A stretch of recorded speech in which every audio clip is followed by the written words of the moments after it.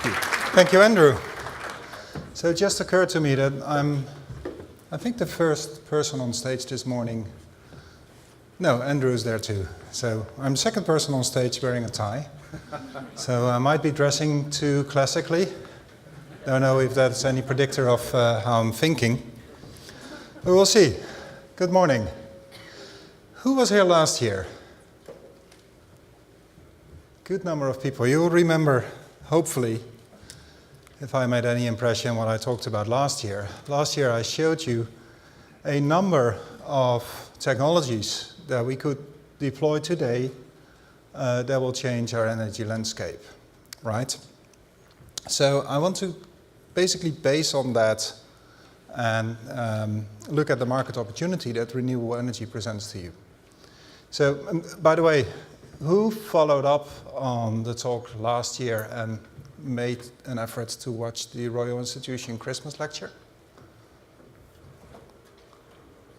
I'll try and do better this time. There needs to be an action after this talk. And maybe not one for Christmas, because that's still a long way out, right?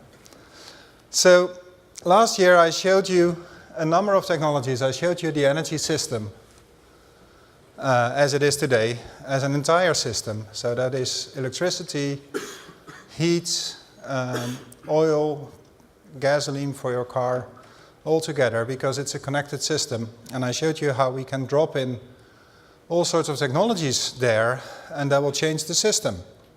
And actually that presentation will be made available to you again in your app today, so then you can take another look if you're wondering what you missed out on last year.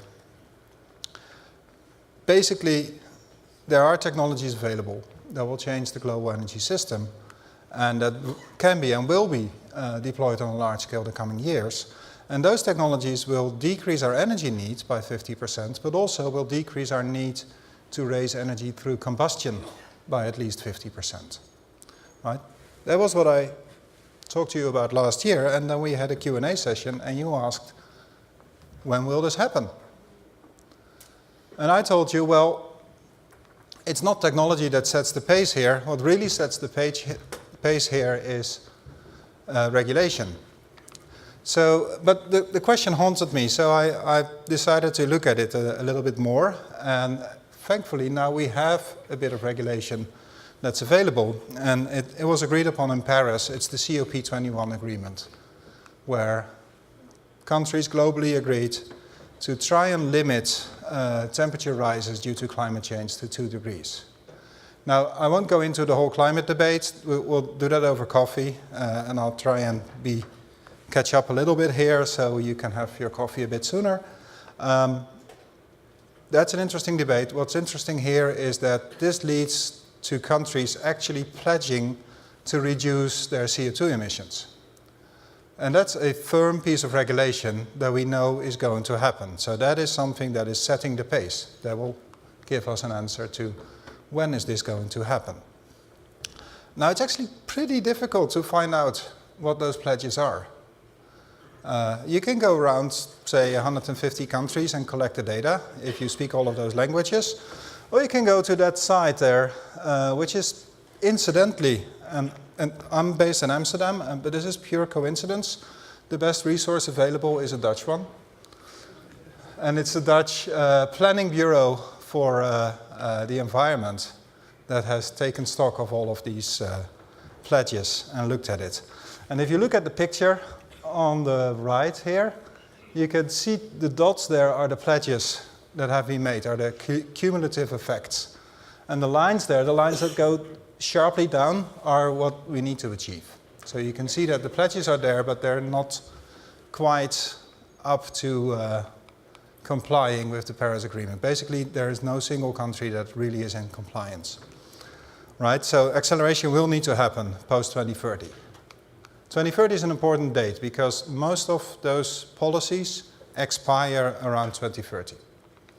So that's when things will start changing again, or basically in 2025 when people are running up to that date. All right, so what does it mean and how can we interpret this? If you interpret this, we go back to data and insight again. This is very confusing if you look at it, because some countries are increasing their CO2 emissions, some countries are decreasing their CO2 emissions, some countries are getting more or less steady. So what's going on? Weren't we supposed to all decrease CO2 emissions here? So you have to apply a framework, you have to apply some insights to make sure that you understand this. And actually, a very useful framework to do this is to look at the CO2 intensity, which is the CO2 emission per unit of gross domestic product. So the CO2 intensity of your economy. And then if you look at that, you can see that all countries except Turkey, which is a different story, all countries are basically trying to do the same thing. They're trying to grow their economy while at the same time decreasing the CO2 intensity of their economy. And all countries have different starting points, and all countries have different demographic developments, and all countries have different structures of their economy and different starting points in CO2 intensity.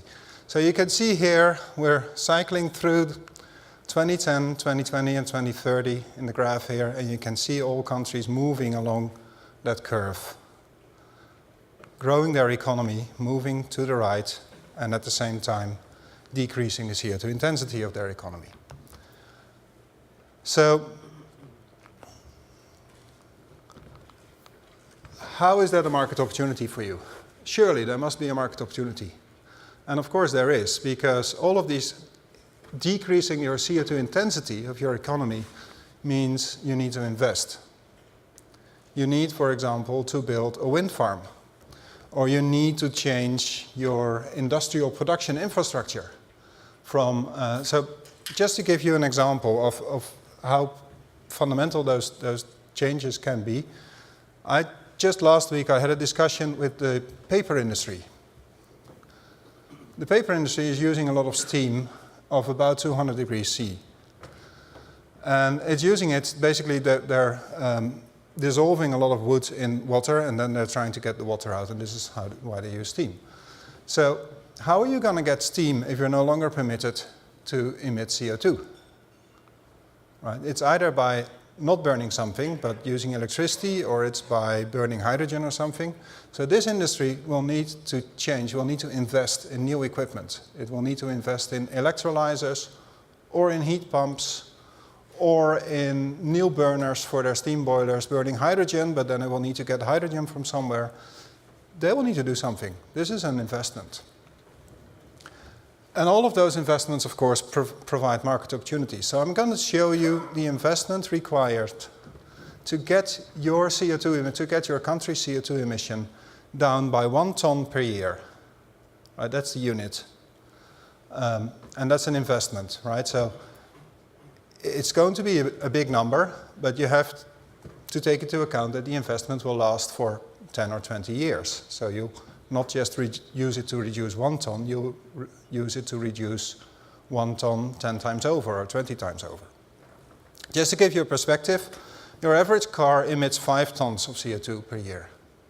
Right? So every number you see, it's what you have to invest 5 times over to compensate for your car in 1 year. So there's basically 3 things you can do. We classified it into 3 different categories of measures. One is energy efficiency measures. Just keep emitting CO2, but make sure your production is a lot bigger per ton of emitted CO2. Increase your efficiency. And if your economy still has a very high CO2 intensity, and this is where China used to be only 5 or 6 years ago, energy efficiency measures really are the best way to go. And you can get a long way using those. And they will cost about $250 of investment to get rid of 1 ton of CO2 emission per year. Now, there's 2 things here. There's a growth scenario and a steady scenario. What does that mean? Well, picture say, Germany. Your economy is growing at a very modest rate, maybe 1% a year. Currently it's about 3% a year, but let's say on average it's about 1. You're basically not growing your energy needs so much. So what you're doing by investing is you're replacing your energy production. So that's a steady scenario. It means your energy system is more or less steady, but you're changing it. That is more expensive than a growth scenario where you're increasing your energy needs in a country like China or Vietnam or Indonesia, because there you can just add capacity and don't worry about your existing legacy assets. If you're in a steady scenario, you have to add capacity and decommission the assets that are already there. That's more expensive. Not if you're doing energy efficiency, but it is if you're in a medium intensity scenario where you have to do energy efficiency and introduce renewable energy. So that's more expensive. And then if you're really good already and you're in a really low CO2 intensity, you have to do energy efficiency still. You have to add renewable energy, but you also have to do electrification. And this is my paper industry example, where you have to change your boilers, your steam boilers, and replace it with something burning hydrogen, or maybe a heat pump, or maybe direct electric generation of steam.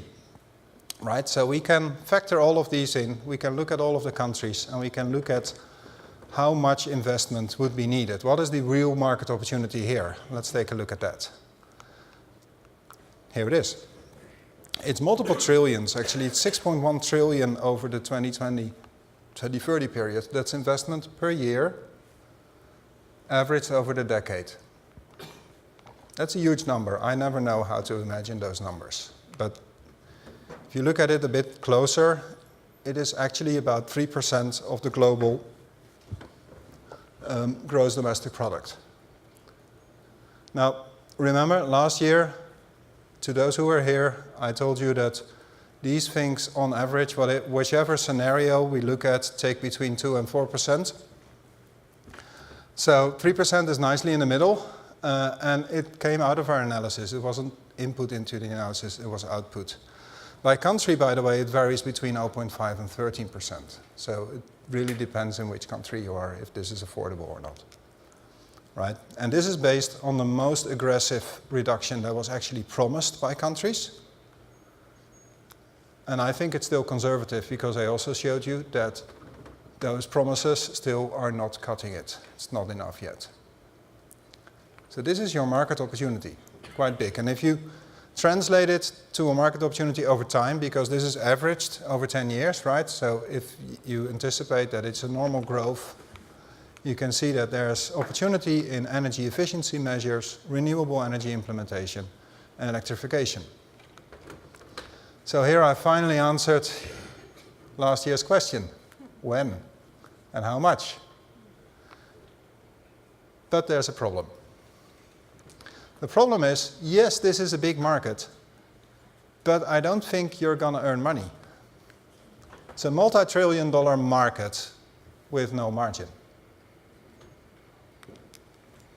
So now you can either go out and have a coffee, or you can stay and listen to me and see if there's a way out of this, right? How do you make a margin here? Well, first, why don't you make a margin? Well, because the renewable energy industry needs to switch mode. The renewable energy industry has been in a mode where it's trying to become competitive, right? The magic word used to be grid parity, producing electricity at the same price that everyone else could. That was the magic word in the renewable energy industry.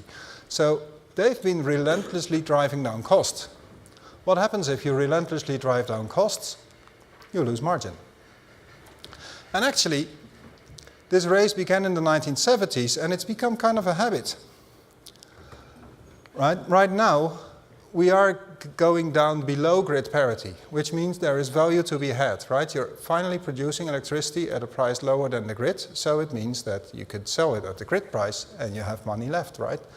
But if we look at the auctions, and the picture here is just for illustration purposes, but the picture here shows, and this is IRENA. IRENA is another resource that is really worth looking at. Their opinions may be a bit biased, but their data is excellent.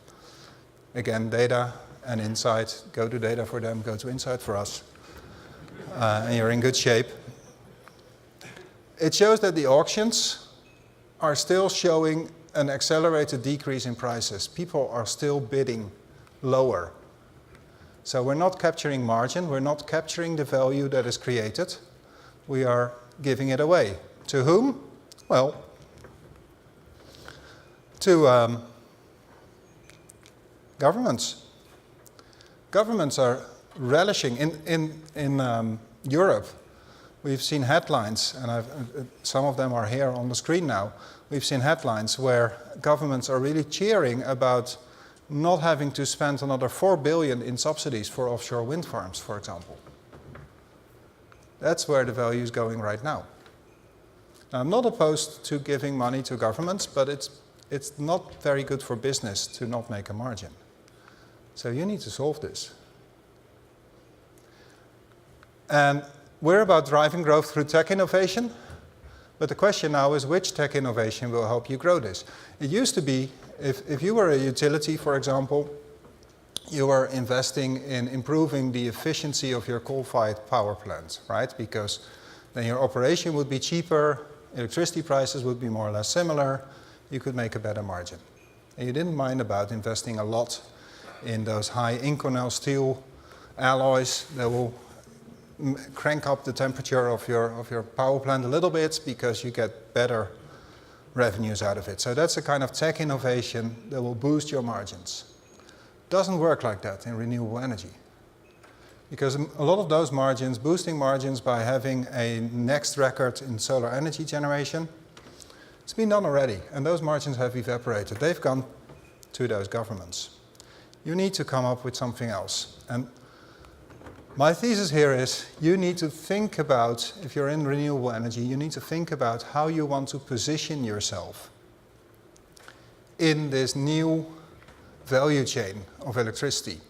Because the value chain of electricity, which used to be vertically integrated, power generation, push it on the grid, distribute it to your consumers, is going to change. And there's different positions you can take. I'm not advocating for a particular position, I'm showing your options here. Why am I not advocating for a particular position? Because it depends on who you are, and it also depends on where you are. Well, one position you can take is mass production. So aim to always produce power at the lowest price. That is going to be less trivial, right? It used to be, if you buy a coal-fired power plant or if you buy a nuclear power plant, you will produce power at the lowest price, always.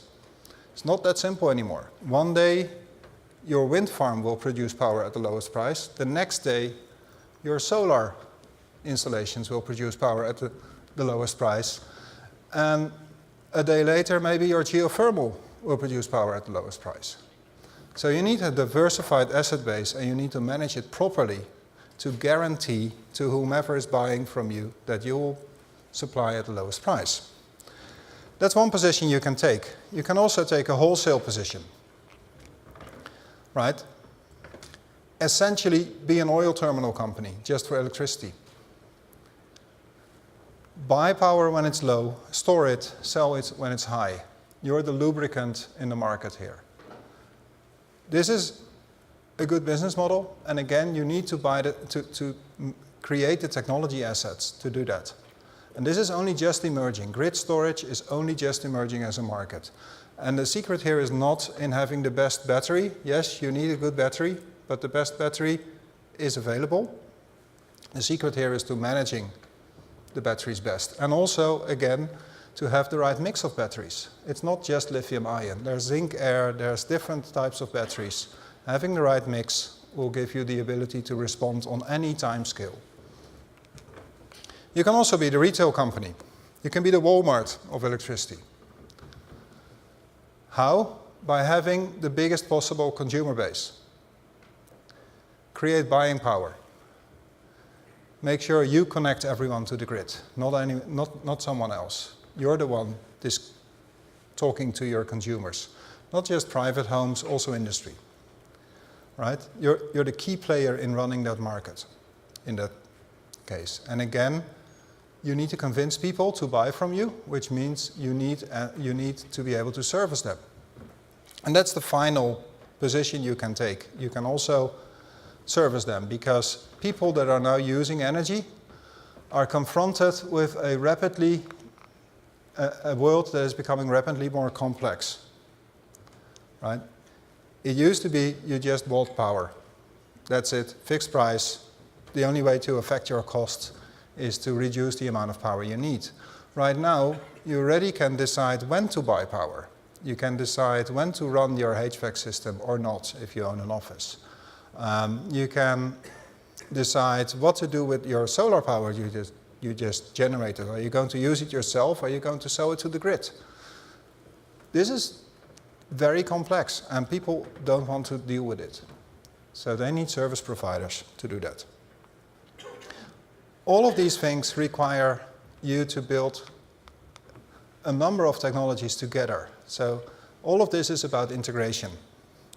Integration of a number of technologies, and I've accumulated a number of them here, and what you can see is lots of them really are about software. It's really about management. Right now it's about building the right management system along with the right hardware assets. Don't forget the hardware assets. They're there, they're important. It's the coupling between the two.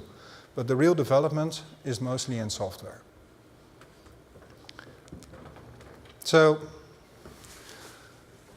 to conclude, let's look at a number of companies that are doing this. How are they building? How are they positioning themselves, right? It was labeled strategies earlier on the slide. It is not even a full-fledged strategy yet. It's just taking up a position, getting ready. Because that curve that went up to 16 trillion in 2030 is only just starting.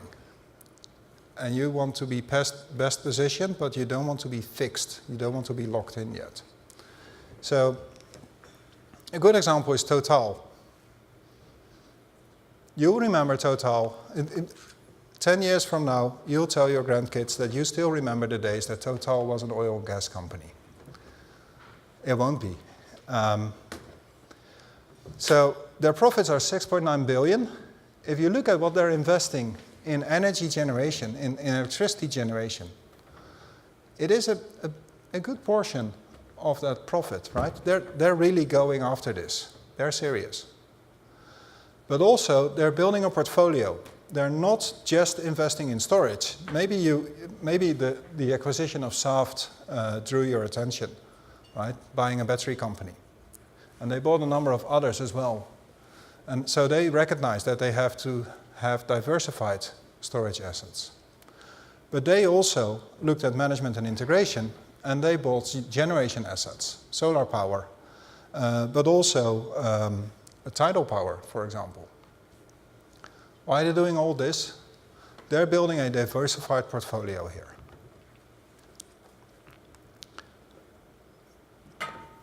An Italian company, Enel. Enel is a utility, and they recognized they had to change. So here we're looking at a utility that is preparing itself to be either a retail or a service-based company. And they're doing that by working with Nissan. Why Nissan? Because Nissan is the most active investor right now in vehicle-to-grid technology. If you look at all of the pilot projects with vehicle-to-grid, Nissan is participating in more than half of those. Right? If you're interested in vehicle-to-grid, you have to give Nissan a call. But they also invested in e-Motorworks and Enernoc and Demand Energy, and all of those are about the nexus between storing energy, managing energy use, and providing services to people that generate, for example, solar power.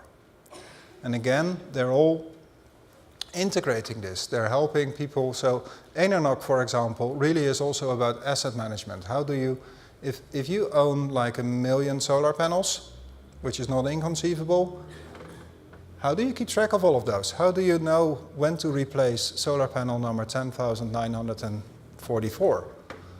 Right? How do you know how each of them is behaving? That's a lot more complicated than knowing how your 5 coal-fired power plants are behaving. So you have to keep track of those distributed assets. Enel is investing in that side.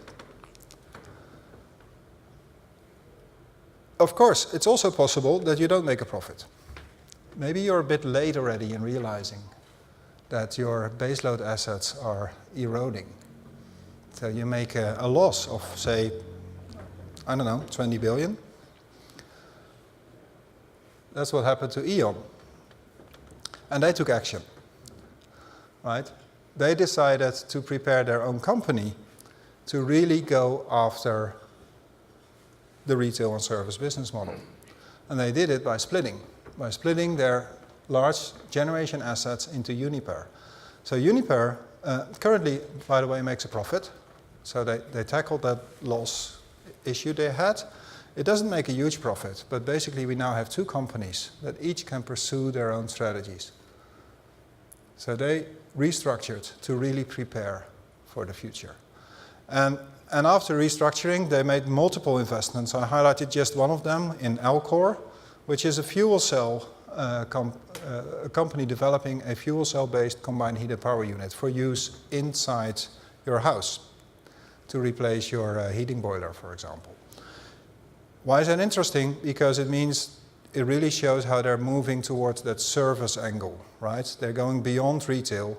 Their retail stops at your front door, right? Retail, Walmart stops at after they packed your groceries. Service goes beyond that. They go into your home, they service you, they put a heating system inside your home and they manage it for you. Right? And now, of course, they have acquired energy in a very complicated deal. So they're building that retail base of servicing as many consumers as possible, and they're doing it very well, I think. So, but what if you don't? What if you just want to service this, right? All of those investments mean it's equipment. So, if you're just supplying to this market, if you're not active in the market, but supplying the hardware or even the software for it, well, look at GE. GE really recognized the wholesale model and the mass production model and took a hard look at their gas peakers. And that led them to develop a hybrid gas peaker, a gas turbine battery combination. Why? Because it serves the future market better. The future market will have a need for gas peakers, but it will also have a need for energy storage. And it will shift from having a need for gas peakers more towards having a need for energy storage. So how do you respond in the meantime? Do you still continue to buy gas-based generation, or do you buy batteries? Neither one is particularly attractive right now. If you buy gas-based generation, it may be obsoleted and you don't know exactly when, but you know it will be obsoleted. And you're okay if it's going to be obsoleted 10 years from now, but you're not so okay if that's going to be 5 years from now. If you buy battery storage, it's too expensive right now. You make a loss. You're okay if that's for 2 years and then the market clears up and there's more solar and wind on the grid and you can use your storage at a profit. But you're not okay if that is still a future that's 10 years away and you don't know. This is a hybrid solution. It allows you to not choose and have the best of both worlds. So it's all about integration. There is a huge market out there. And if you go in it the wrong way, you'll be subsidizing the entire world by not making a margin. If you focus on integration, if you focus on bringing all of those technologies that are already there, that I talked to you about last year, if you focus on bringing them together, then you can make a margin, I think, but you need to pick a purpose. You need to focus on retail, on wholesale, on mass production, or on service. Value capture really is about smart integration. It is right now no longer about value generation. Renewable energy is generating the value. It is about what portion of that value falls to consumers, what portion of that value falls to the industry. If zero falls to the industry, the whole system will come to a halt eventually, of course. So you need the smart integration to capture that value. And you need to make sure that you pick your preferred role. And again, going back to Kevin's presentation, it depends on geography, it depends on your starting position, it depends on local circumstances. This is again data plus insight. You need the data on your own operations, on your geography. And I used, in a webinar recently, I used a comparison between NRG, the US utility, and Iberdrola. That's interesting because they both went into wind energy at roughly the same time. One in Europe, one in the US. Outcomes were very different. Iberdrola now is the biggest wind energy operator globally.